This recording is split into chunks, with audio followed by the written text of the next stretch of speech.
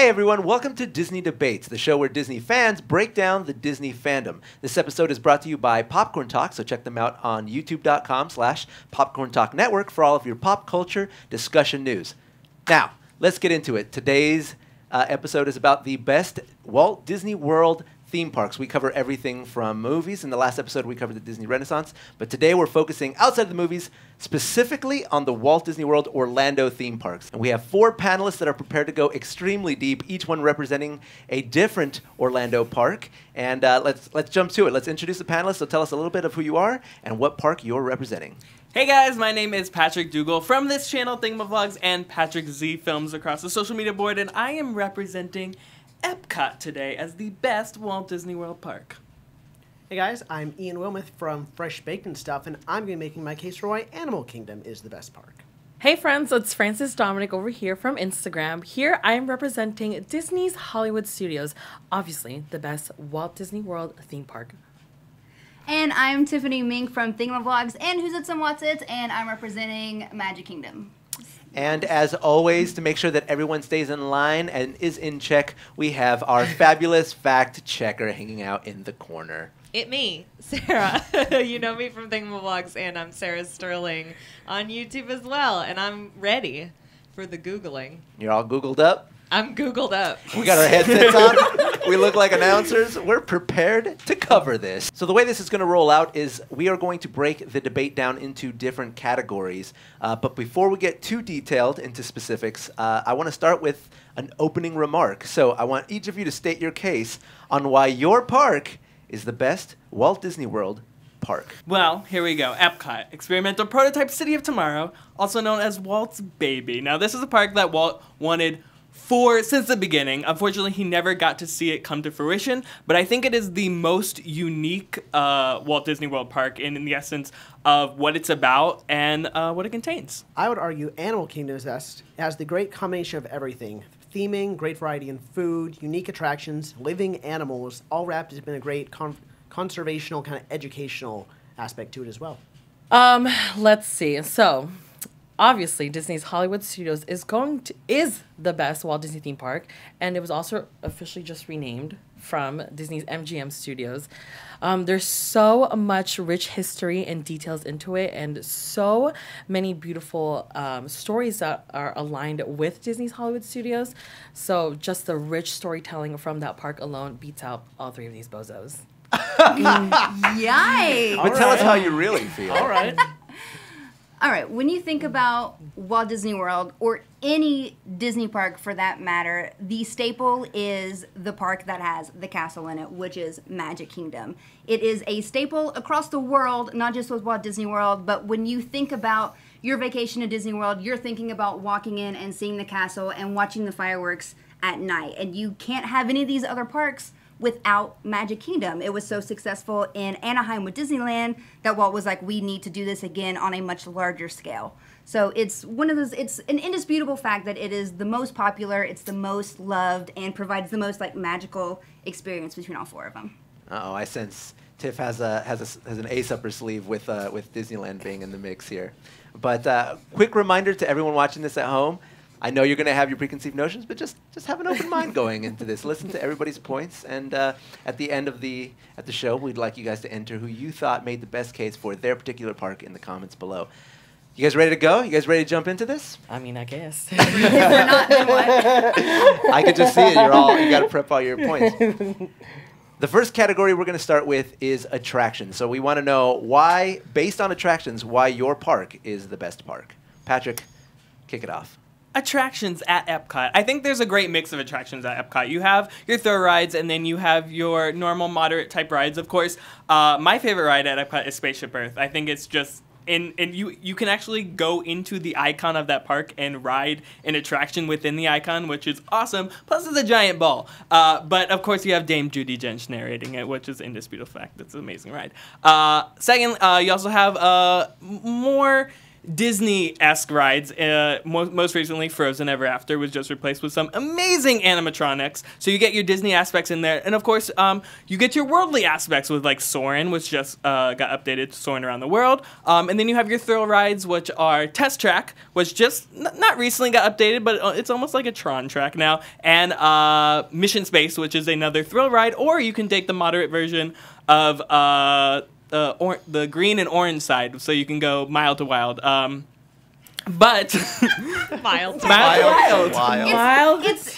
wild. it's like more intense or more intense. And of course, besides those rides, we also have the educational rides. Another one of my favorite is Living with the Land, where you can actually go through the Epcot greenhouses and learn about some of the plants that they actually use in the cooking of Epcot. So you get to see it and then you get to eat it. And then of course in the World Showcase, there's a lot of other rides, like I said, Frozen Ever After, or the Mexican ride. I don't know what that's called. Grand Fact Fiesta checker. Tour. It's called the Grand Fiesta Tour. I didn't even have to Google. It's called the Grand Fiesta Tour, which also just got new animatronics of the three caballeros. So I think there's a multitude of different rides for everyone's aspects, from children to the more thrill seekers. Okay, next up, Animal Kingdom. Make your case. So Animal Kingdom, I think, probably has one of the most diverse lineups of attractions. You have Expedition Everest, roller coaster, beautifully themed, going through Mount Everest, encountering the Yeti. You have Kali River Rapids. You will get wet, I guarantee it. I believe there's 3 different animal trails: Discovery Island trails, Maharaja Jungle Trek, and Gorilla Falls trails. You have the Kilimanjaro Safaris, which you can go out on a truck, see all the animals of the safari: lions, giraffes, elephants, rhinoceros, hippos, all of them. And you have Dinosaur, which tech-wise, if you've ridden Indy, it's that kind of fun, but dinosaurs. A lot of unique points for this park, huh? Yeah. Francis, where you at? Oh, attractions over here in Disney's Hollywood Studios. Obviously, top 3 is going to be the classic Twilight Zone of Tower of Terror, towering at 199 feet. So obviously, it's majorly almost as tall as everyone else's like high points in their parks.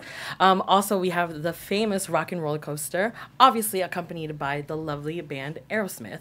And you go, 0 to 57 to 58 miles per hour in 4.7 seconds? There's a lot of fact checking that needs to go on right here. I did my studies. And last but not least, you have Star Tours with a combination of 54 different ride types, and it takes about 6 hours to experience all of that. So you have variety versus all these attractions that keep going and have the same rotation. But over here in Disney's Hollywood Studios, you have about everything and more. And let's not forget the classic great movie ride. Patrick was pointing out how his Epcot golf ball had an attraction in it, but we also have an icon and a real attraction in it. We have actors, different movie scenes, and obviously iconic stuff that happened in the Hollywood timeline over there in Disney's Hollywood Studios.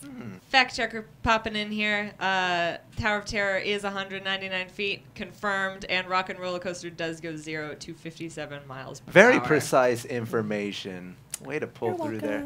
All right. When you think of Magic Kingdom has all of the classic attractions that we all know and love. They all come and stem from our love of all of the classic Disney movies that we love. You have Space Mountain, Haunted Mansion, Splash Mountain, Big Thunder Mountain, all of those amazing thrill rides. You also have like the super classic dark rides. You have Peter Pan, Teacups, Dumbo, which is the only ride to exist in every single Disney park in the world in the same version. You have the carousel, but in Shanghai it's Fantasia themed, so Dumbo is the only thing that exists everywhere else in the world because it is such an iconic staple within Disney park history. And like I said, all the attractions are based off of these Disney stories and properties that we know and love, like Peter Pan, Alice in Wonderland. And not only that, but it's also influencing new properties that are based off of these attractions, like the Pirates of the Caribbean franchise is based off of the ride, which is arguably one of Disney's most successful and popular franchises. And we're getting the Jungle Cruise movie with The Rock coming out soon, which is going to be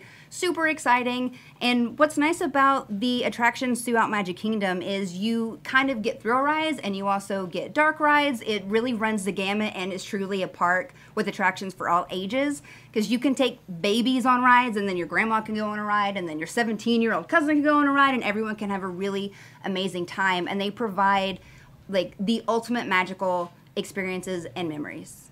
Okay, now, I noticed that when some of you were making your points, others had counterpoints to what you were saying. So, Was I not supposed to do that? no, No, that's wait. okay. Oh, okay. I want to open the floor up for you to discuss amongst each other, amongst yourselves.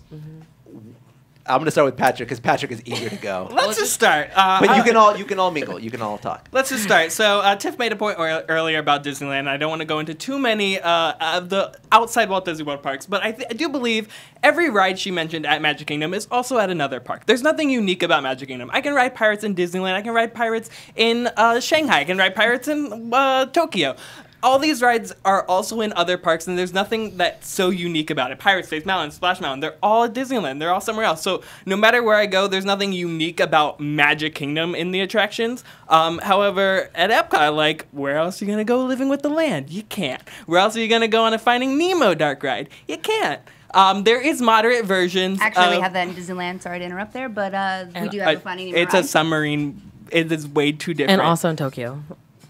Uh-oh. That's It just just- me. It just Yeah. opened, which is a simulator similar to Star Tours. So completely different. Yeah, but you're talking about differences between those attractions, and there are differences between Disneyland and Disney World versions of the same It's the exact same ride attractions. system. I'm talking about, do you think the submarine version and the Finding Nemo dark ride are the same ride systems? No, they're all not the three same ride different. But a system. pirate boat ride and a pirate boat ride at Disneyland and Walt Disney World are going to be the same. Sure, but true Disney fans want to see those nuances between those attractions because what we all want to do is compare and contrast. But I'm saying like Splash Mountain, Space Mountain, all these are like very similar rides. And I will say that like Epcot does a similar ride too. Of course, you have Test Track and then Radiator Springs Racers. But where else in the world is there a Mission Space or a Frozen Ever After dark ride? I just think Magic Kingdom has the most rides that can be found in other Disney parks. So you're arguing your case is uniqueness. Uniqueness. I don't think Magic Kingdom is as unique because all the attractions there can be found elsewhere. It's hard for me to fact check because it's hard for me to know a lot about the international parks, but I do believe there are some specific attractions to Magic Kingdom, and Tiff would know best.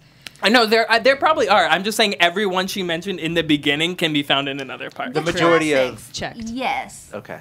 But I mean, you're also talking about how like Frozen Ever After in Epcot is like some unique ride system, and it's still just a boat ride. Living with the Land is still just a boat ride. So you're not really like new ride systems, which is what you're kind of basing your argument No, but it's a on. brand new ride as well. Sure, but you can't have a Disney park cannot exist if you don't have a Pirates, if you don't have a Jungle Cruise, if you don't have a Peter Pan. Like, I don't want to live in a world where a Magic Kingdom A Disney doesn't park have those can things. exist because Epcot exists, Animal Kingdom exists, Hollywood Studios exists. Yeah, but you a Disney can't park have- is not a Magic Kingdom. It's a No, Disney but park. We're talking about the Walt Disney Resort as a whole, which includes Magic Kingdom. We're talking, I mean, if you want to bring these other parks into it, all of these classic rides are in all of the parks for a specific reason. They are known, they are loved. You can't have a Disney Parks and Resort without having those classic attractions. I agree. But I'm just saying, in general, the uniqueness of Magic Kingdom kind of wears off because there's a lot of Does double it? attractions. Does it? Yes. Because it is the highest attended theme park in the world historically for like the past 10 years. Because it's familiar. Yeah. Because everyone knows what they're getting with that. Because everybody loves it. But if we're arguing uniqueness, then Epcot and Animal Kingdom, for that matter, have probably the best variety of rides. And Hollywood Studios. Uniqueness doesn't necessarily mean that it's the best. No, but you get the most. You can try the most different things. Sure. But it still doesn't mean it's the best. Just so everyone knows, the worldwide rankings of Disney theme parks and all theme parks rank Magic Kingdom at Walt Disney World as the most attended theme park in the entire world, followed up by Disneyland Park, and then the next Disney World park on the list is number 6 with Epcot. See, what you don't get any of those as an actual safari. That's something that no other park can get, at least Disney park can give you, even in the world. Getting to get up close with giraffes, rhinos, and hippos, animals that most people never get to see in their entire lives.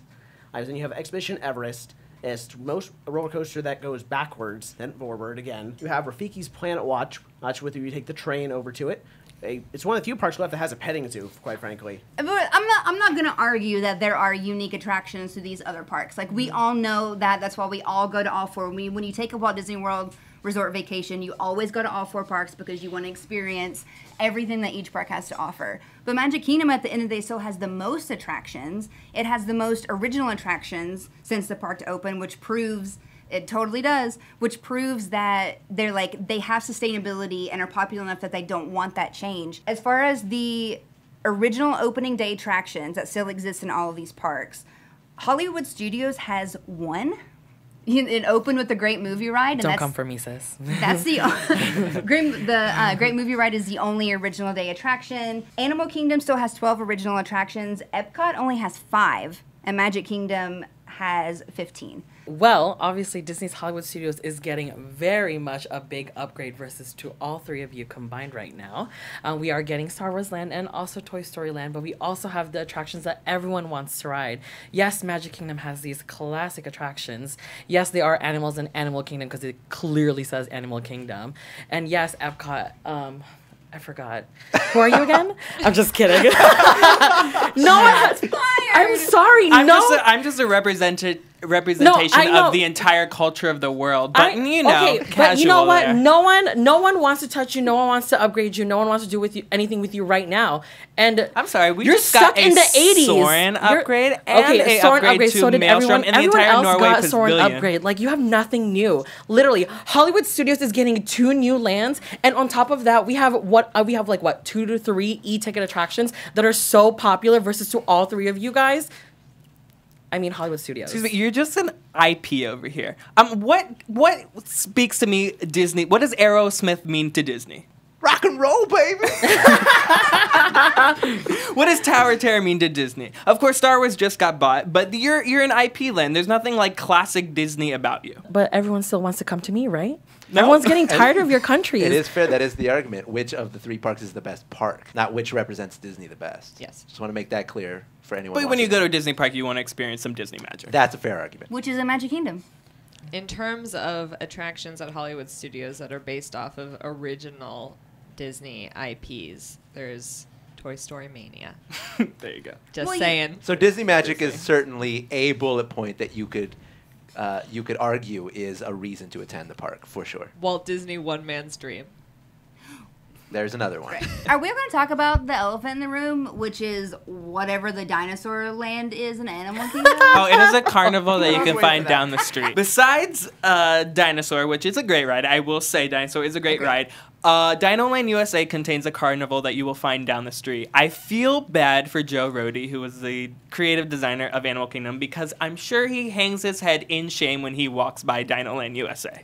Oh, I will grant that Dinorama not great, but you know what? They took what the little budget they had and worked with it. I mean, also when Animal Kingdom was first being built and conceptualized, I don't know if you've noticed, but when you first walk into Animal Kingdom and you have the Animal Kingdom sign, there's a dragon on there because Animal Kingdom was supposed to have this really cool mythical element where you could learn about dragons, and it was going to be this really, it was going to be this like really amazing part of the park. It's just kind of like, oh, we had this really cool idea, but then we didn't do it. No, we're going to put they've in a since now given us something else that still fulfills that kind of mythical animal that never existed, Pandora, which I believe, as Francis has just seen, is pretty cool. Pretty He can attest to. He was there just recently. Oh, yeah. It is cool, but it's also like we're bringing in attractions and an IP that has like a PG-13 rating and is like maybe not the most family-friendly property to kind of bring into a park. And I know that Avatar is supposed to have like all of these sequels, but like we should have had those by now. It's been forever That's since not Avatar Disney's was fault, out though. there. That's on James Cameron. That's not on Disney's fault. Then get a different IP to put in there. I will argue into Animal Kingdom's point that it is one of the biggest points for Animal Kingdom is conservation and the ecosystem, which Avatar plays a big Pandora plays portion right into that. It Seems so like an odd fit, fits. but in the execution, it works really well, playing right into the idea of conservation, living with the environment, and it fits beautifully. Other Disney movies with a PG-13 rating, almost all of the Pirates of the Caribbean movies, and Saving Mr. Banks. Weird. I can't wait for my Saving Mr. Banks land. When do we get that, and at which park? With Hollywood Studios, like I feel like when you go, it's kind of known for being a half-day park. It is. That's strictly what it was designed for. Hence why we are upgrading it so it could become a full-day park. Disney's Hollywood Studios was actually too good for Epcot. It was supposed to be a pavilion, but the Imagineers wanted to take it and create a whole theme park with create another half-day theme park with it, and so therefore Disney's Hollywood Studios came. It's like getting I said, fixed. it's an IP park. Of course, Power Rangers was there, Teenage Mutant Ninja Turtles was there. All these random things were there because they didn't know what to do with it. I'm sure there's an attraction there that they moved out every other year. It was like Chronicles of Narnia, and then it became some pirates thing. And I don't know, it became, now it's a secondary Midway Mania track because they're like, we ran out of ideas. Let's just put another Midway Mania track in there because no one knows what to do with that park. Finally, they kind of have an idea, but let's see how many years that takes. I love that you're talking about Ninja Turtles being at Hollywood Studios when I am pretty sure there was a Barbie show at Epcot. Like, yes, that's very true. I remember that commercial. I also want to point out that adding Ninja Turtles and Power Rangers is making me like the park more. So Disney Imagineers, led by Marty Sklar and Randy Bright, were given an assignment to create 2 new pavilions for Epcot in the Future World section, but then it turned into its own park, Disney Hollywood Studios. Seems like there was a few Barbie things that happened at Epcot. Oh, yes, there was. Because there's no women representation. We want to give little girls some representation get over out. here at Epcot. You're the worst. As well as cultural diversity. Have we found the bottom of the Because barrel? Barbie is so diverse. The Magical World of Barbie, May 1994 at Epcot, and then she also celebrated her birthday later in Epcot as well. all amazing points, you guys. All well done, all well spoken. So in the comments, let us know which park do you think has the best attractions overall. But let's move on to the next category. Now, I'd love it if you guys could debate the point of foods, a personal favorite of mine. So let's actually start on this side of the table. Tiff, why does your park have the best food? Well, be our guest. I mean, do you even have to go any further than be our guest? It is the hardest place to currently get a reservation out of all the restaurants throughout the Walt Disney World Resort. And Magic Kingdom really offers every single classic Disney food that you want. It has the Mickey pretzel, the churros, the Dole Whip, everything that you want and associate with that. The cotton candy, everything. Not only does it have all the classic food, but it has 2 like really great, like 2 of my favorite things that I can get out of all of the parks is Sleepy Hollow, the waffle sandwiches, which are amazing. Like getting a chicken and waffle sandwich is rad. And then Friar's Nook in Fantasyland has a barbecue chicken mac and cheese that is super good. I know it might not be the most diverse place that you can get food throughout any of these parks, but they offer the staples, they offer all of your favorites, and you're not dissatisfied by any of the options that are there. It's made to please everyone in your family. You don't have to argue about a bunch of different things. Like there's hamburgers, hot dogs, there's chicken fingers. So there's something to please everyone in Magic Kingdom for your whole stay in the park. Hardest place to get a reservation in Walt Disney World is something that is going to change at different times of the year, but many different websites that help plan a Disney World vacation list Be Our Guest restaurant as one of the hardest places. I would say the second most listed is Let me guess, still Cinderella Royal Table? Cinderella Royal Table. Both in Magic Kingdom. And then after that, they kind of go into the hotels, so just wanted to point that out. Food. If anyone knows about food, it's definitely going to be me.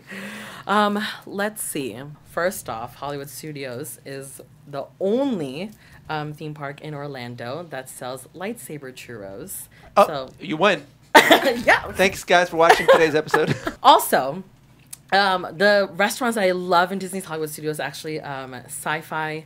Is it sci-fi dine-in movie? Yes, because once you walk into this big, beautiful restaurant, you're suddenly watching a giant movie, and then you get to sit in a car, and it's like you're back in the 50s again. And I feel like I'm dating like a really cute boy, so therefore I really love that restaurant. The other restaurant that I really appreciate is going to be 50s Primetime Cafe. As you guys know, when you guys go in, you are meant with auntie or uncle as your server, and you guys are eating at basically what it looks like a home, and then you're watching obviously 50s television shows. The struggle that I have with all of the theme parks that combine is the best quick service food location. And I feel that ABC Studios or the ABC Canteen is one of those really, really fantastic quick service because it's very quick, it's very easy. It sells a lot of the stuff that American families and also people from all around the world that want to try, whether it comes to just your regular burgers or chicken tenders, even French fries. I think that's in the essence of what I can talk about. Oh, also the classic Brown Derby. I think that's what it's called, right, Sarah? Yes, the Brown Derby. The Brown Derby was inspired from this Hollywood restaurant here in California that we brought over there to Orlando to obviously have some rich history because obviously in Disney's Hollywood Studios, you have to have some kind of Hollywood in there and some kind of history that is fantastic in the essence of storytelling. Yeah. All right, AK, take us there. Animal Kingdom has got a bit of everything for everyone. You have your standard quick service fare in a couple spots with burgers and hot dogs and pizza. But then you get a lot more authentic stuff in the Asia and Africa areas of Anandapur village and Harambe village, where you can get more authentic. In Asia, teriyaki beef and ginger chicken. In Africa, you have skewers.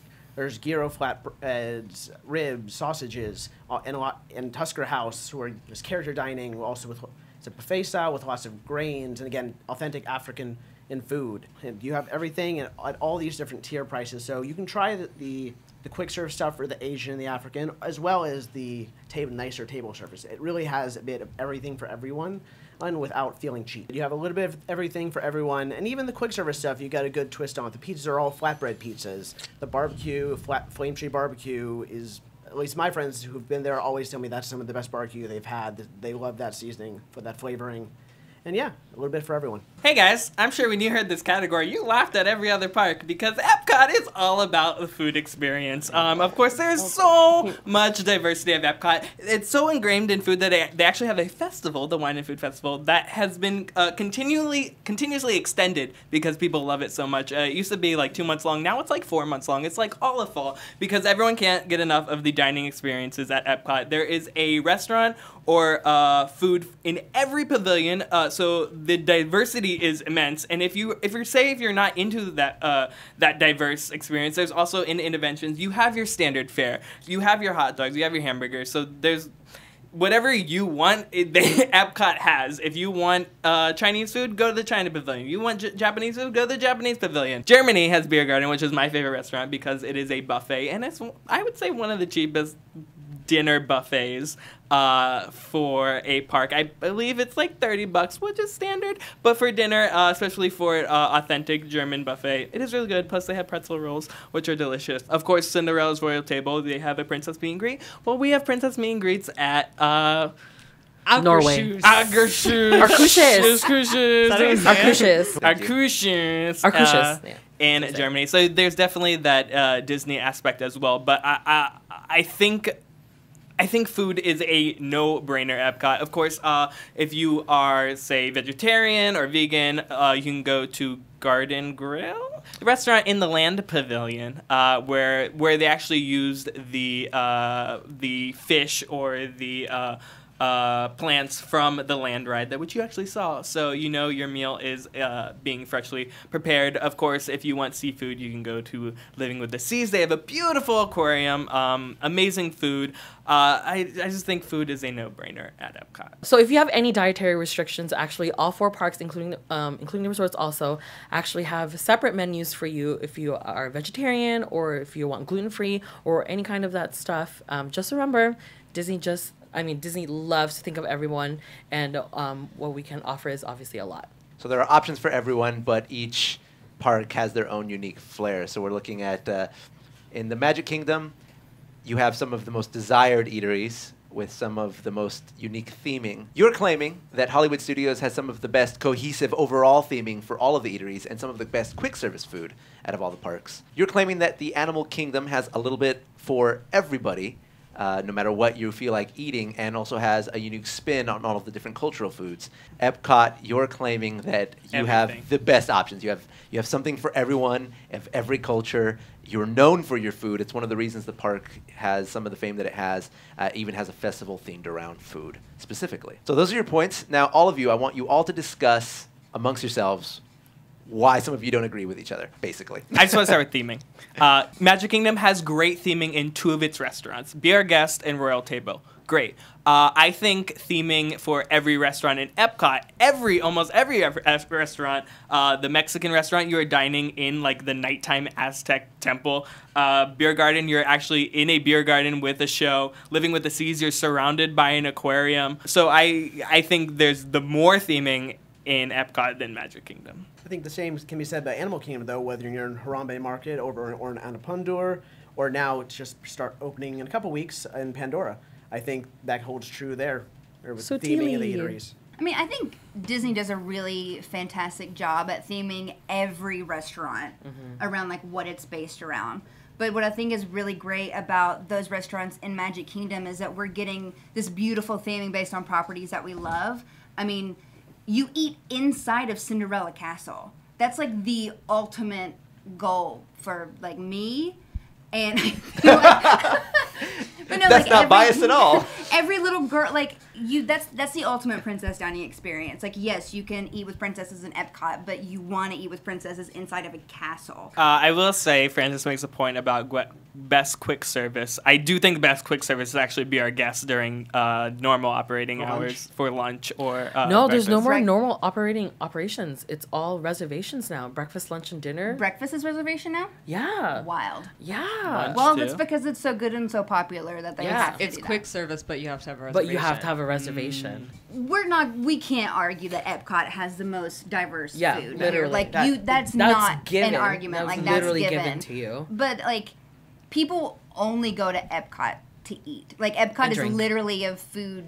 It's a food-based park, which is great for this argument, but the food in Epcot kind of overshadows everything else that Epcot has to offer, I feel like. I'm pretty sure if you put it in different parks, if some kind of festival that offers different type of foods, like let's say they offered like different kiosks for some magical thing or If they did a festival in Animal Kingdom, that would be incredible. oh my gosh, I would go to Animal Kingdom's like food festivals on top of Epcot's. I don't think I've ever had any memorable food in Animal Kingdom. Every time I go to Animal Kingdom, it's like...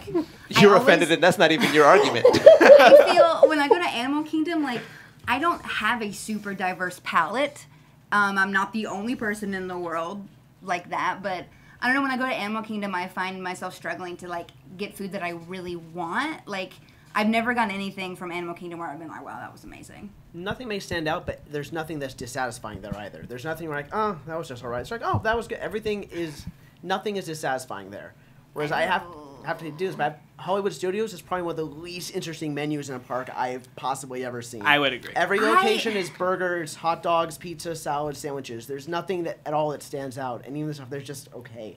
I agree fully, except Primetime is my favorite restaurant within Walt I'll give Disney. you that. Primetime is my least favorite restaurant. What? I don't want to go on a vacation and have some cast members screaming at me to eat my They piece. don't That's Steaming! also why I've never eaten there. That's So- also Then eat your at my peas, elbow at the Patrick. table. That's Eat also your why I've never peas. eaten there. Just to make one more point, of course, we're talking about parks in general and food in general.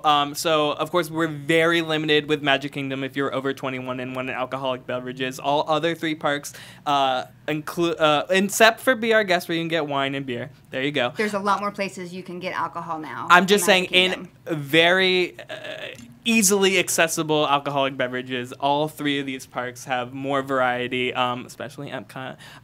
But if we're talking in general, and if you are over 21, I think the points about alcohol are very important. But like, is that why you want to go to a park? We're just You know? talking about food. I Just know. I'm just saying, but like, It's I a mean, general part. If you want alcohol, a lot of people want alcohol when you're going to any park, even not even a Disney park. A lot of people enjoy having alcohol. Yeah.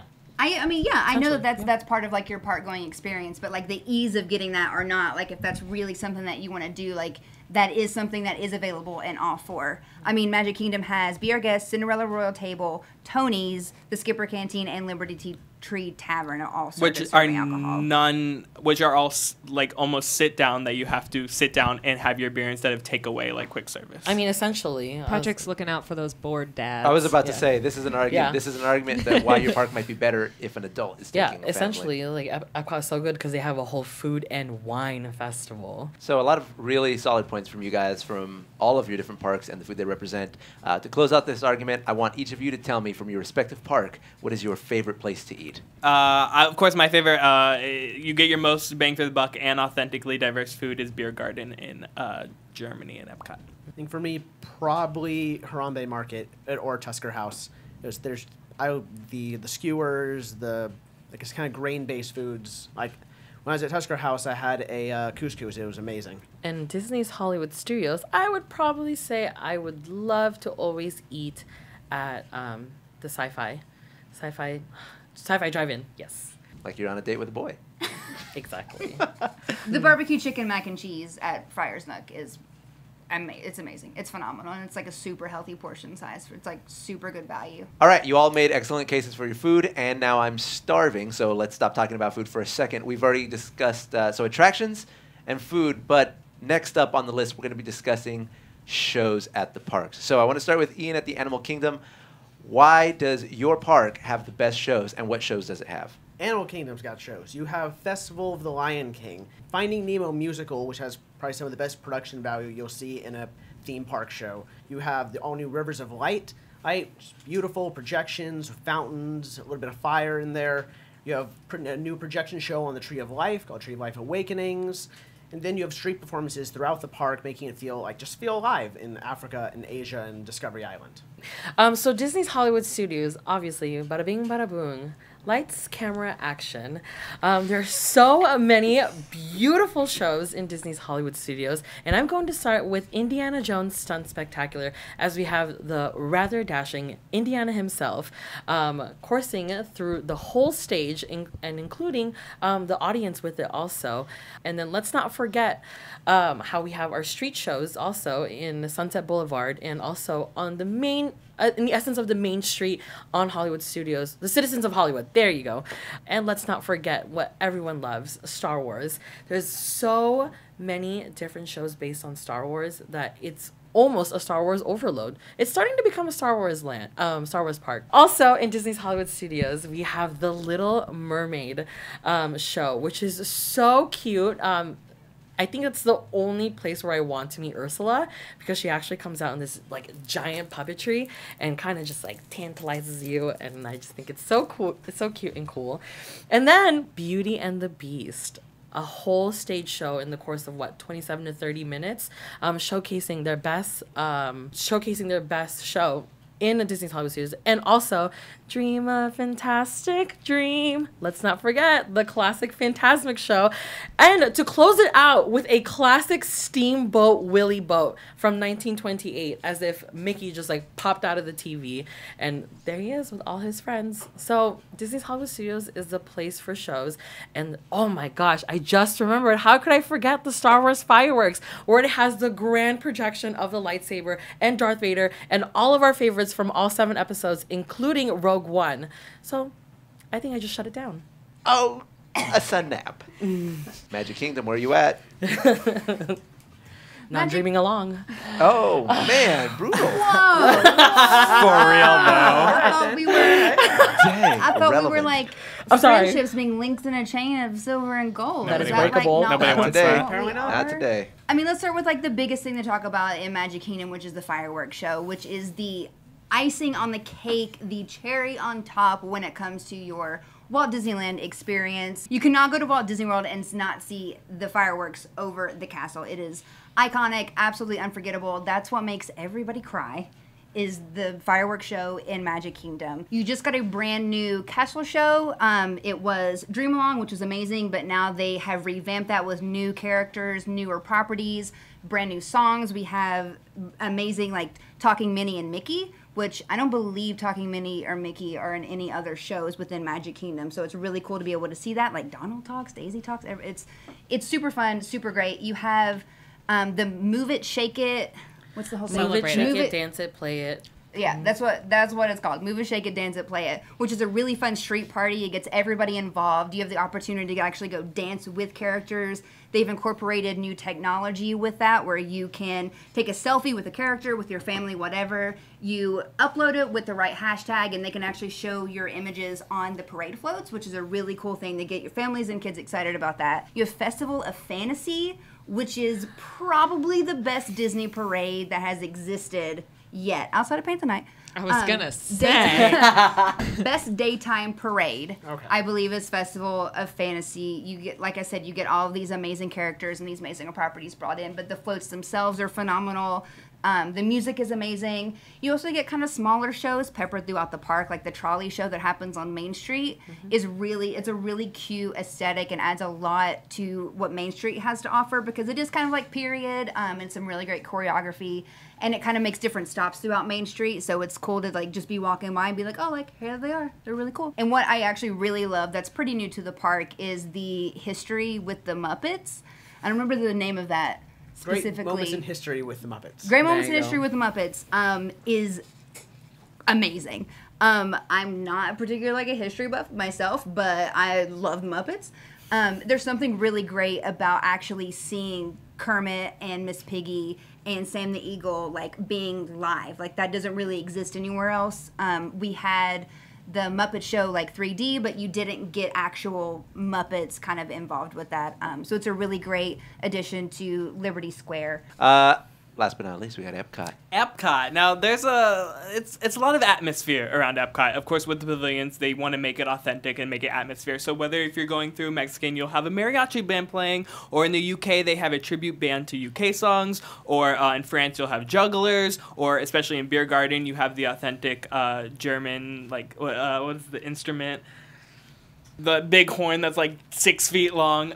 But of course, there are some scheduled things as well. Of course, probably one of the best vocals you'll find in any Walt Disney World park is the Voices of Liberty, who do, of course, American songs as well as Disney covers as well. And there's a mixture of attraction/show in the American Pavilion called the American Adventure, which has the most crazy animatronics I've ever seen. It's very similar if you've seen Mr. Lincoln or something like that, with animatronics are standing up and talking and moving, and it's a nice sit-down show as well. If by sit down, you mean nap time. Dang. It's not your turn. It's not to your turn. defend We're not arguing. Tiff. He was breaking the thing. I was just. You're breaking the thing. But I think in terms of Epcot, there is just the atmosphere. But of course, we have to end the night with a fireworks show, which I think, besides the storytelling in Magic Kingdom, I do think Epcot has the best fireworks. You are the closest to them. There is a giant globe that comes out, and I feel like since it happens in the middle of Epcot, there is no bad space. It's around a whole circle, so there's plenty of viewing, and it comes with very original music. It's not Disney ingrained. It's not taking samples from Disney other music. It is a Disney original score celebrating the culture and diversity of America, which Walt Disney loved America. So I'm just going to open the forum right now because I could barely hold Tiff back over here. She was flying out of her chair, her fists are clenched, and she's ready to come after you, Patrick. So It's not coming after Patrick. Yeah. All right. It's coming after Epcot. You have no main staple. Illuminations is the most dated show that I think still exists. I'm sorry, how long did Wishes last for before it finally got updated? I'm not going to argue that, like, Wishes, yes, Wishes overstayed its loves welcome. Wishes. Everybody does love Wishes, and Yeah. it Everyone really, loves Illumination. I don't watch that do show. not. That's not a show that I will physically stop for. and also you're, like, closest to the fireworks because they're so, like, small. Like, No, it's because it's happening right in the middle. But obviously you're infested with the smog too. It's just not planned very well. Illuminations is literally a sick joke to Epcot. I'm so sorry. Everyone is ripping you in the comments. No, that's totally fine. And when he said best fireworks, he obviously No, has not... fireworks. Like the fireworks. Like the yes. fireworks. Not, Yes, like the Yeah. fireworks. The Yes. fireworks. Have you seen... the quality of the pyrotechnics? Yes. Have you seen the pyrotechnics of Happily Ever After? It is absolutely incredible. And the show in general, incorporated with the fireworks and the No, but I'm the saying music the and the fireworks projection, of the show actual in general Happily is Ever great. After. The fireworks, they No. kind of lose. Everyone's looking at the castle. No one's looking up. perimeter fireworks. Perimeter fireworks are the most amazing things that Magic Kingdom has to offer. That's if you don't know what the perimeter fireworks are, they literally have to shut down roads in order to like ignite these fireworks from where they're located because it's a like 360 around all of Main Street. The perimeter fireworks are like the greatest thing that Magic Kingdom has. 4th of It's July. amazing. I mean, I it really sucks because I feel bad for Animal Kingdom because they don't have a lot of any shows. Well, they have Yeah. shows, but they can't do any pyro because of the animals. That's Yeah. why they made Rivers of Light a more lighting, water, and projection. And it was not even that great either, which sucks so bad. The only thing you guys, Epcot, Illumination is the only thing they have going for them, and that's like super dated. And then I feel like in Animal Kingdom, the only thing that's going for them is also Festival of the Lion King, which everyone loves to watch. Because I know every time I go to Disney World, I have to see Festival of the Lion King, and I feel like that's the only show that's going for that park at the moment. No. They did try for Rivers of Light. No. Finding Nemo and Festival of the Lion King are both the #1 and #2 park shows in I don't Walt watch Disney Finding World. Nemo. I don't like that show. I fell It's, asleep. it's an odd show to be sure, but it has some of the best production value I've ever seen in a theme park. I fall show. asleep the to it all quality the of the time. sets, the wire work, the costumes. The talent. Yeah, the talent. Like, never seen anything like that in another theme park. I mean, I can respect a show, but I can't watch it. Like, when I lived in Florida for 6 to 7 months, I watched the Finding Nemo musical only once. That's how much I feel about it. I see Finding Nemo and Lion King every time we go to Animal Same. Kingdom. I feel sorry for you, Franny. Like, what's... You don't even It's stop okay. for like all the incredible What? street performances. I think it's Viva Gaia Parade. I forget the exact name, but all those like it's a party on Discovery Island or Yeah. in Harambe They're cool. Village. I've done that party. I get a lot of anxiety walking by this because I'm like, please don't pull me in for this show. Please No, don't pull me in oh for this my show. gosh. Please- Pull Because me they in! They pull Pull people me in all the in! time, and I'm always like, I gotta get to my fast pass for the safari. It's hard to say what show is the most expensive to produce, so won't comment on that. But what I will say is that the Lion King show at Animal Kingdom was never intended to be permanent, but then it was so popular that they kept it. Pulling from like 5 different Disney World travel blogs, almost all of them list Finding Nemo and the Festival of the Lion King as the best shows across the parks. I would One agree. lists Fantasmic as number 1. But it's like 4 out of 5 list Festival of the Lion King. And then I mean, it's hard, but Finding everyone Nemo. wants to see it. It's never not packed. Fantasmic is never not packed. But the Voices of Liberty, though. This is an a cappella group that doesn't need anyone else but their sweet voices of liberty. That is the definition of acapella. Yeah, I was like, yeah. I mean, like, I'm just expanding. it's not like Festival of Lion King's like, oh, I'm an a cappella Lion King singing group. Like, no, obviously you have your Rio own. Festival Lion King does have Fire Dancer. Yes. Bud Festival of Fantasy. Who doesn't love a parade? Like, everybody loves a parade, and it's... Everyone does love a parade. Everybody loves a parade. Like, what you got? What you got? What you got? Nothing. Okay, Fantasmic is never not packed, but it's also mostly a show of projections. I mean, You have Pocahontas. How could you degrade her like that? I'm not Has nothing to do degrading. with No, her. I'm saying, like, I It's would the love to pacing see of the more show. of Pocahontas, but yes, the Yeah. pacing of It Fantasmic... stays a little too long on the Pocahontas section without enough, like, I guess, I don't want to say action, but it gets No, really it's very slow true, though. there. Yeah. And then the projection sections last just a little bit too long. You're like, okay, when's the next thing? That villain's projection where they kind of morph into one another Yeah. Always feels creeps me so out. odd. And it goes just a little bit too long. But essentially, Fantasmic does its job. It's a nighttime spectacular, and after that, you can also watch the Star Wars fireworks, which is also brand new and has great projections. Those are good. The Star Wars fireworks are great. I'm Yes. like, I'm not Yeah. a huge Star Wars fan, but yeah, those fireworks, I'm like, Yeah. yo. Yeah. Duh.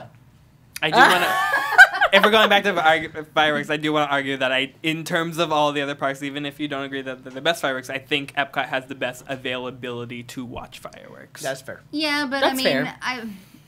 yeah, like if I want to get really easy seating to watch Illuminations that I don't really care a whole lot about, sure. If you want to watch shows, like good shows, you would want to come to Disney's Hollywood Studios because we have so much to offer. Not only do you have the street performers from the main street, essentially from Disney's Hollywood Studios, you also have Sunset Boulevard's, all of their street actors that are consistently putting on an act, putting on a show for about 30 to 45 minutes on the essence of almost very like an hour, like they have like an off and on hour. And then on top of that, the great movie ride is the show itself within an attraction because you have your actual ride operator part of the whole attraction. No park does that at all. And then also on top of that, you also have the Star Wars shows from left and right, not only provided in the main stage, but you also have the march, which is the First Order March. And then those two shows of introducing all the characters from Star Wars, and then also the First Order March. That is necessarily 1, 2, 3, 4, 5 shows. We're not even done yet. We still have Beauty and the Beast show, and that course is from 3 set times. And also we're adding a new show on top of that for the Pixar Summer Concert, which is 3 shows on top of Beauty and the Beast. So that's 1, 2, 3 chances to see Beauty and the Beast, and then at nighttime you have your Pixar show from the later in the nighttime. And you still have Fantasmic. But the best part about Fantasmic is that once it's done, you they immediately walk you guys out of the floodgates, so you are on the essential main street of Hollywood Studios to watch the Star Wars fireworks. That's essentially almost like 2 handfuls of shows. So if you want to spend your time watching shows, it is definitely Disney's Hollywood Studios. I was trying to like go through the website and count all the shows for each of these parks because I was sitting here being like, oh, I feel like Hollywood Studios has the most. It has the least. Definitely has the longest shows for sure. The longest shows to see are at Hollywood Studios, which has 8 shows. Animal Kingdom has 11 shows, counting like drummers. Okay, yeah, all different street performances. Yeah, which I was counting because Epcot has 13. If every atmosphere. Fill me with that Magic Kingdom number. 10. All right. Well. Okay. I want to know in terms of running time, who has the most amount of show? I think that's hard to find online, but I would say it's probably Hollywood Studios. Yeah. I would think. I mean, Indiana imagine. Jones is what, like 45 minutes? Every Like, show's so long. When it comes to Animal Kingdom and Epcot, you guys do have more shows, but they're more kind of Atmosphere. They're atmosphere shows, which means you can pass over them. They're not like staple shows. They're not like do not miss shows. Like, yes, they'll add to your full experience of the park, but are they required to see them to like really kind of make that park like super memorable? When it comes to Hollywood Studios, it's like if We you're have gonna, 3 main staple shows, essentially. you 4. do have 3 main staple shows, 4. but like I feel like the only thing like I struggle with Hollywood Studios is I have to like pick if I want to wait an hour to do Tower of Terror or if I want to like spend 45 minutes watching Indiana Jones. Get a fast pass. It's pretty easy to miss a showtime and be like, oh, like now that I can't. Like if you have a dinner reservation, because the best places do require dinner reservations. The fast passes do go very quickly for all of the e-ticket attractions.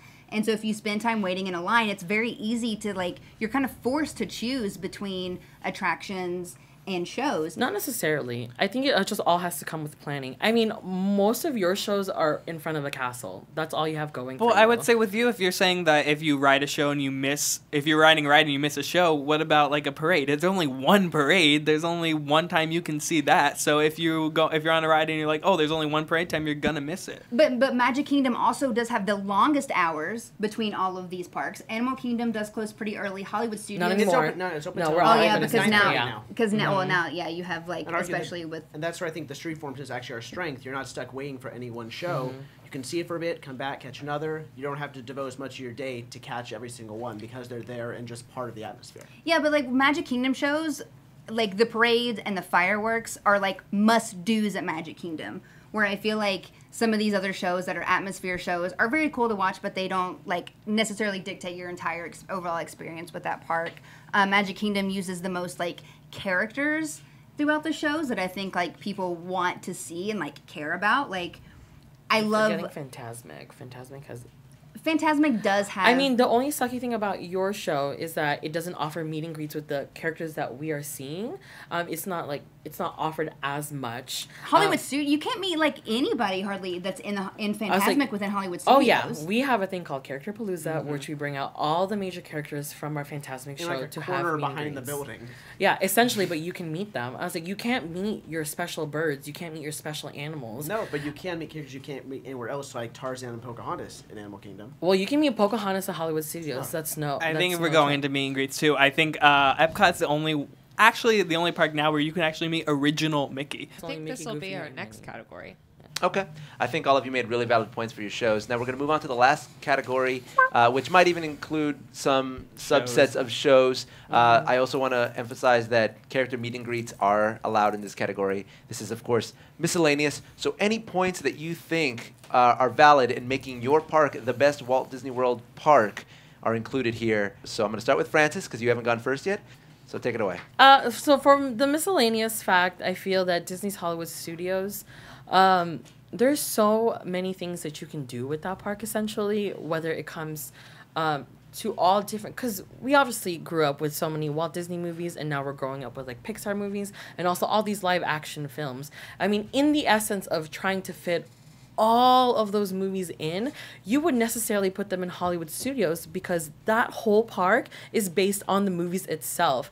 I mean, you can only put certain characters over here in Animal Kingdom, you can only put certain characters in Epcot, you can put certain characters in Magic Kingdom, but you can't have the gist of a taste of everyone into one grand park. And then I feel like you can do that in Disney's Hollywood Studios. The area and the conveniency of trying to like fit in. I mean, like my park was designed as a half-day park, but if you really wanted to enough, you can make it a full day because that's how much my park provides for Hollywood Studios. Is you can do so many things in what on what it was in the essence for. So therefore, Disney's Hollywood Studios, yeah, come through. I think for my miscellaneous category, I will point out that Animal Kingdom might be one of the most beautiful parks, so he's domestically that Imagineering have ever designed. Every corner of every land, minus Dino-Rama, yes I know, is detailed beyond belief. Like anywhere you look is just gorgeous and has story and detail and was thought of with care to take you into that world. Even the rest of the half of the Dino Land, the actual research side, that side is detailed and wonderful as well. When you're in Harambe, you are in an African market. When you're over by Everest, by Anandapur, you are in a sort of Tibetan Nepalese town. You are there. And from what I've seen of Pandora, it's no lesser. It just raises the bar even higher. Probably, again, some of the best theming and detail I've seen in any park, minus Dino-Rama. I like how you always have to add that stipulation. Yes. It's important. They'll You really do. It's very true. Well, there's a lot I can bring up with Epcot in terms of miscellaneous, but one of the things I want to bring up is character meet and greets. I feel like in Epcot is one of the only parks where now you can meet classic Mickey. In Magic Kingdom, he's talking now, but he's in a magician outfit. In Hollywood Studios, he's Sorcerer Mickey. He's in a safari outfit. Of course, if you want a variety of Mickey, but if you want to meet classic Mickey, he's in Epcot, and you can go to Character Spot and hit up all the original characters. You can find Daisy there, Pluto there, Mickey there, Goofy there, and of course some characters that you can't meet anywhere else. Especially, I don't even think outside most of the U.S. But you can meet Baymax is still in Epcot. You can meet Joy and Sadness there in Epcot. These are some characters that you won't find in any of the parks, so I think they have unique meet and greets, especially around the World Showcase, where you can actually meet these characters, these princesses, in their authentic lands. You can meet Belle in France. You can meet Aladdin and Jasmine in Morocco. You can meet Snow White in Germany. You still have that Disney aspect where you can meet all these Disney characters, but in their specific pavilion as well, which adds a nice backdrop. Besides character meet and greets, and we were talking about shows earlier, I think the biggest thing with Epcot are their special events. You can't visit Epcot without running into a special event, whether it's in Food and Wine during the fall or the Christmas holidays around the world during Christmas. They just added a Broadway section in July. You have Flower and Garden during the spring, and then you have the summer concert series during the summer. So you literally cannot visit Epcot without something special going on, and including with all those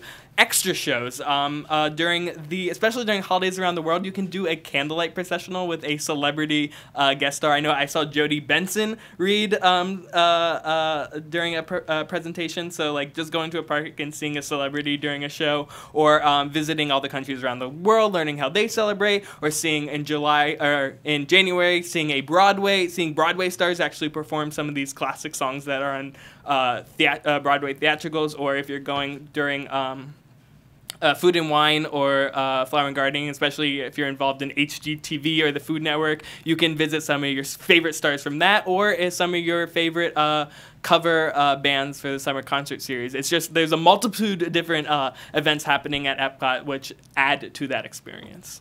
So we all love Disney. I think we all can agree that we love Disney because we love the aspect of being able to be a child at heart. Disney brings out the child that's within us, and we all have an emotional attachment to Disney itself, and that's what makes us all the super Disney fans we are.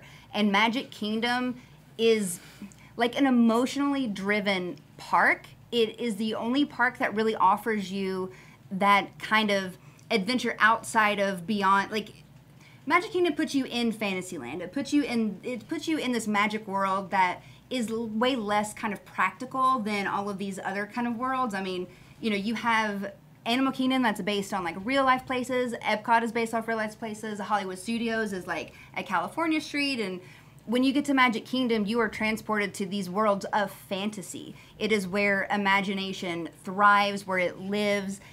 That's what brings us into Disney, and our love for it and passion is that creativity, and for us to actually, bring out that inner child in all of us. I mean, the attendance alone, solidifies that as the best park. And I believe this was in 2015. The attendance at Magic Kingdom was 20.5 million people. Epcot was only 11.8 million, and Disney and Animal Kingdom and Hollywood Studios were both at like 10.9 and 10.8. And if you really look at it, the fact that a one-day ticket to Magic Kingdom is $115, and a one-day ticket to any of these other parks is $107, which kind of shows you like how much you actually get out of that park and how much it has to offer. Also, Magic Kingdom is really the best when it comes to these special events because all the major holidays are really taking place in Magic Kingdom. Like Magic Kingdom at Christmas time is amazing. You actually get a Christmas parade there, unlike these other parks. Halloween, like Mickey's Not So Scary Halloween Party, is also amazing. Magic Kingdom uses a lot of the new latest technology, and like I said, when you think of these parks, you think about walking down Main Street, you think about the castle, like when these people are like, you know, win the Super Bowl, and it's like, where are you gonna go? And it's like, Walt Disney World, and then they do their little mini parade, like in Magic Kingdom, because that is the identity of what Walt Disney World itself is. I want to bring up a thing about special events. Unless you're going Christmas week, if you want to experience like the actual Halloween or the actual Christmas at Magic Kingdom, it is a hard ticket event that you'll have to pay for. Unlike if you went to Epcot, all of the events that happen at Epcot are part of the general admission. But the kind Yeah, of but there's no Christmas and there's no Halloween into it. Yeah, but I mean that's kind of what makes these events so special is because I was gonna say if you go to Christmas around Epcot is one of the biggest things. So Magic Kingdom isn't the only one that celebrates Christmas. I'm not saying it's the only one, but I'm saying as far as like kind of what you get and how Magic Kingdom celebrates Christmas versus these other parks and how they celebrate Christmas. I mean, they have their own Christmas party, and I mean it is a special ticket event, and yes, but because the value you get out of that comes with a higher ticket cost, and it is exclusive.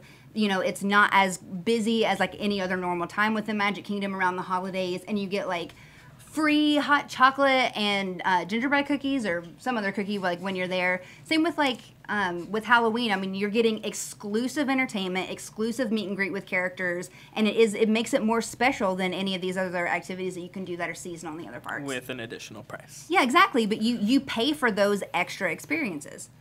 She's saying that Magic Kingdom is the essence of it.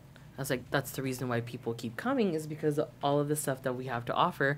Yes, it's a hard ticket event, but people are willing to pay for them. They always sell out. Yeah. You've all made your points about your miscellaneous offerings, but now I just want to bring up one more thing though. Yeah, no, I was going to say I want to open up the floor He's now. opening For it. No, you I'm to going to bring discuss- up to everyone's, besides Friends, because I don't know if they have it here, but if we're talking about maybe not even Magic Kingdom, I think Animal Kingdom and Epcot, there's also just like fun additional, yes, they're priced events, but there's a personal animal trek that you can do for an additional price. But I know also in Living with the Land, there's a backstage tour you can take, and there's actually a tour in Living with the Seas where you can go diving.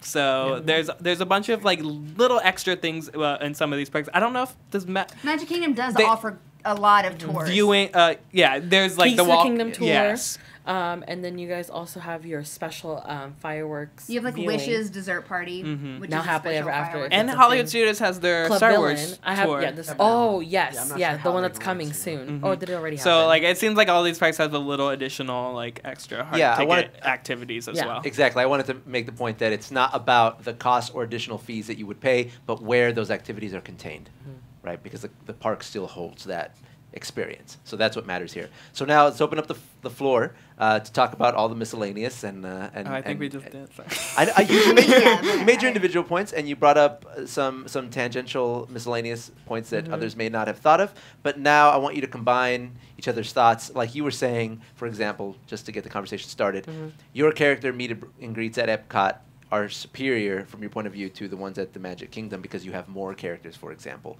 So why would you say that the meet and greet experience is better at Magic Kingdom? I mean, what's nice about the Magic Kingdom meet and greet, I mean, yes, you can meet original Mickey at Epcot and Mickey throughout all of the parks, but talking Mickey, I mean, I met Mickey and he straight up did a magic trick for me. I was like, yo. He did a magic trick for me too. He does a Amazing. magic trick every time. No, he doesn't. He told me the Haunted Mansion story from mine. I'm just saying, like, meeting a talking Mickey is a very special, very cool experience that you only can do in Magic Kingdom. And, like, the princess meet and greets and Tinkerbell, you can get fast passes for those meet and greets, and you can't always get fast passes. Like, I know Animal Kingdom for Safari, Mickey, and Minnie, there's fast passes. Are there any fast passes for meet and greet characters in Hollywood Studios? Like, I don't I think maybe Mickey and Minnie, but I think don't know. I feel as if Hollywood Studios doesn't have any because we just throw them Yeah. out there. We throw them out like how Disneyland does it. Like they do it on the streets, they do it at places where it's convenient. They make special locations for them. Like right now we have Baby Groot and Star-Lord, and in all of Star Wars Launch Bay you have BB-8, the Jawas, Chewbacca, and then you also have Kylo Ren. Yes, because Darth Vader is on the other coast. So just when it comes to meet and greets, Yeah. it's nice that you can actually schedule them within your day, because Magic Kingdom also do have characters that kind of run around. Like you can meet Alice and Mad Hatter by teacups pretty regularly. So there are different characters that you can meet kind of on the fly versus like also being able to plan meet and greets, which I think is really important for anybody with a serious like vacation planning mode going to that park. Animal Kingdom also has a couple other side things, like there's the Wilderness Explorer stations for kids that can do. That's a free thing anyone can do throughout the whole park. There's stations in each land. They can earn their own little Wilderness Explorer badges. There's a couple of different paid tours, like there's the kind of a safari trek one that goes through the safari area. There's also a new one that just started called Walking with Giants, or no, Caring for Giants. That specifically is about the elephants. It's a little more affordable, and you can get pretty close to and learn about the elephants themselves. Those are all very unique things that some are more expensive and some are free that anyone can do that you can't get at the other parks. I will say the one thing I really, really want to do out of probably all the parks that I haven't done yet is the one in Animal Kingdom where you walk over the alligators. Yeah. I really want to do that one. I think that's such a cool thing. I just have one thing that it's a little word that you don't hear often in a Disney park, but it's called free. And there's a place there's a place in Epcot called Club Cool, where this is a place. Oh boy, the party zone. Well, this is a place where you can get free soda at the Walt Disney World Resort. Yes, I said free soda. Now, it is not your normal soda. It is soda from around the world. There are some specialty flavors that you can Cups taste. about this big. Yeah, I mean, but it's you can stay in there the all essence, day it's if you free, want to. but it's It like- is. You can stay there all day, no matter how small the cup Beverly is. all day. Yeah, you have to stay there all day because the floor's so sticky you literally can't move after. But if you would like something other than a normal water cup, you may savor your free soda at the Walt Disney World Park in Epcot. Club Yeah, Cool. but keep pressing it. It's like essential. Isn't that wrong? Yeah. I will say when it comes to all four of these parks, Walt Disney was obviously the most involved with Magic Kingdom, and it does have the most of his personality and his ideas and what he wanted for the park put in it. And yes, Epcot was conceptualized for a very, very long time and was a passion project of Walt. But the Epcot that we have today, is it what Walt's original vision was? Not entirely. It's true, but interestingly enough, I don't know, when I'm at Epcot, to me it feels more Walt to me than Magic Kingdom. Magic Kingdom to me feels very, I don't know, Consumerized.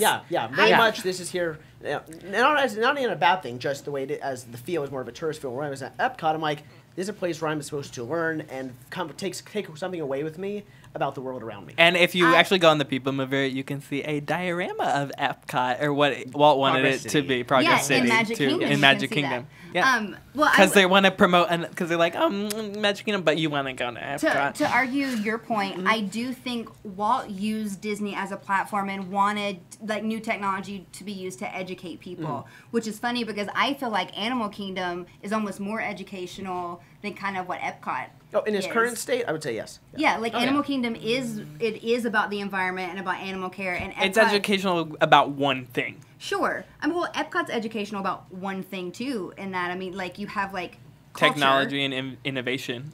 Yeah. And the entire But- innovations area has different sponsors, and entirely is changing. They have like a HP like color section, and then like there's a love that. banking game where you can learn to save I don't money. think Just that's kind of like the anymore. only thing left in interventions right now. Yeah, unfortunately, there's a- unfortunately interventions is kind of the weak point. Yeah. But I'm saying there is the culture aspect and the technology and innovation section as well. I don't know. I feel like you, I guess, make more of an effort to learn those things at Epcot, where I feel like at Animal Kingdom, like you always It is a have little more natural. You always Yeah. it is way more natural No as part pun of your park intended. experience.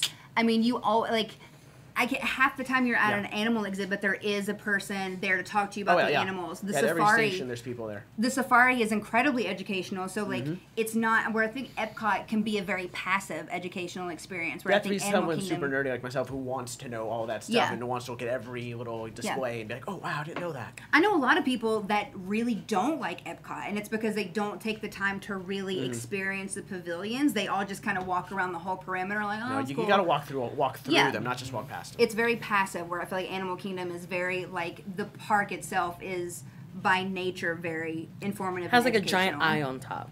Information. I would like to point out a really quick fun fact. Patrick did a Twitter poll before this debate asking, like, hey, for research purposes, what's your favorite Walt Disney World park? And Magic Kingdom floored all of these It was other ones. 50%. 50% out of, there was about 500 votes, I believe, within, like, I think it they ended only with had 50 about an hour. 545 votes. 50% Magic Kingdom, 24% Epcot, 12% Hollywood Studios, 14% Animal Kingdom. So Wow. just on a very, You like, see what the shocking. odds was against mine? So just even in like a pretty small sample in a very short amount of time, I mean, Magic Kingdom definitely is one that resonates, I think, the most with everybody.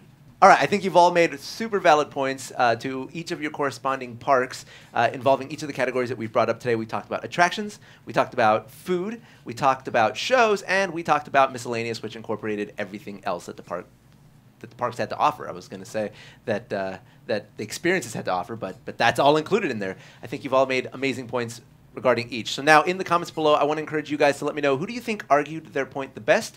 And of course, we want to know which park is your personal favorite and why. Tell us so in the comments below. Thank you so much for watching this episode of Disney Debates.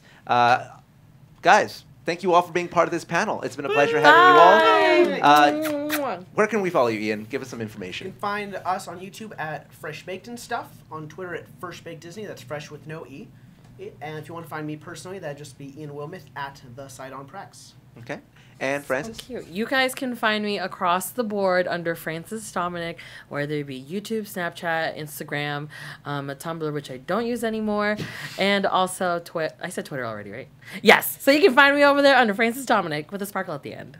And of course, you can follow the rest of us here on Thingamavlogs, where we put up weekly Disney-related content, including more Disney debates, which will be coming up next. Let us know. What would you like to see us argue? Not argue, because we're not really arguing. What would you like to see us discuss in the next episode? Also, thanks again to the Popcorn Talk for sponsoring this episode and letting us film in their beautiful studio. You can follow them on Twitter at the Popcorn Talk and on YouTube at Popcorn Talk Network. And also, if you're interested in listening to this or our past episode as a podcast, the link is in the description below to download it on iTunes. Every single episode of Disney Debates is also available as a podcast. Thank you guys for watching so much, and we'll see you next time. Bye.